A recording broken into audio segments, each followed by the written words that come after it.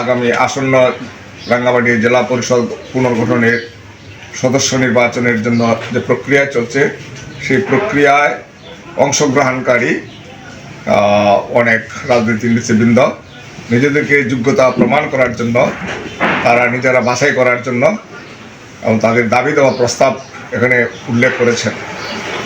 সকল সম্প্রদায় থেকে বক্তব্য দিয়েছেন। চাকমা, তঞ্চঙ্গা, মারমা, পাংখু তারা বক্তব্য দিয়েছেন এবং তঞ্চঙ্গা বক্তব্য দিয়েছেন। সবারই বক্তব্য একটাই আসছে যে আগামী জেলা পরিষদ নির্বাচনে যেন মিস্টার লাল অ্যাংলিয়ানা বা তার গোষ্ঠীগত কেউ আর এই জেলা পরিষদে পুনর্বার সদস্য নিয়োগ না পান, সেই জন্য তারা দাবি উত্থাপন করেছে মাননীয় মন্ত্রী। লাল অ্যাংলিয়ানা পাংখুয়াকে জেলা পরিষদ সদস্য পদে না দেওয়ার দাবিতে বিলাইছড়ি বিএনপির সংবাদ সম্মেলন। বিলাইছড়ি থেকে সুজন কুমার তঞ্চঙ্গার পাঠানো সংবাদে বিস্তারিত। রাঙামাটির বিলাইছড়িতে আগামী জেলা পরিষদ সদস্য পদে লাল অ্যাংলিয়ানা পাংখুয়াকে না দিয়ে অন্য একজন যোগ্য ব্যক্তিকে মনোনয়নের দাবিতে সংবাদ সম্মেলন বিলাইছড়ি উপজেলা বিএনপি।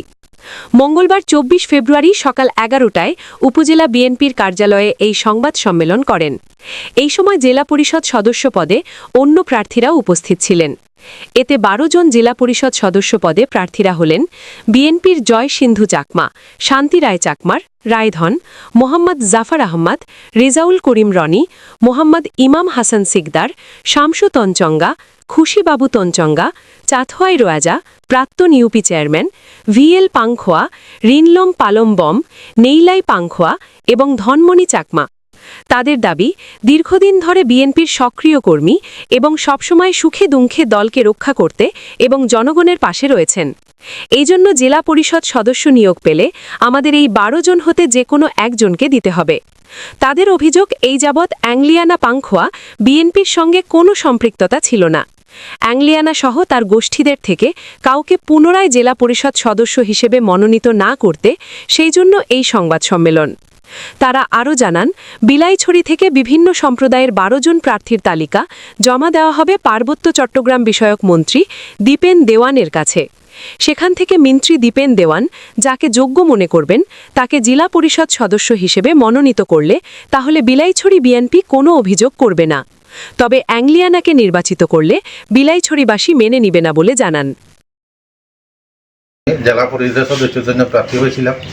আমি সবার কামনা রাখি আমি মাননীয় মন্ত্রীর কাছে দাবি চাইছি, সেই আমাকে যেন জেলা পরিষদ দিলে আমরা সবাই খুব সুখ রাখতে পারবো। সেই কারণে গতবারের আমরা ফারুয়া ইউনিয়নে আমরা একটা মিটিং করছিলাম, সবাই ওখানেই আমরা সবাই জড়ো হয়েছিলাম। অঙ্গ সংগঠন হেডম্যান কাবারি সবাই এরও আমাকে সমর্থন দিয়েছে, সেই কারণে আমি জেলা সদস্য হিসেবে প্রার্থী ছিলাম।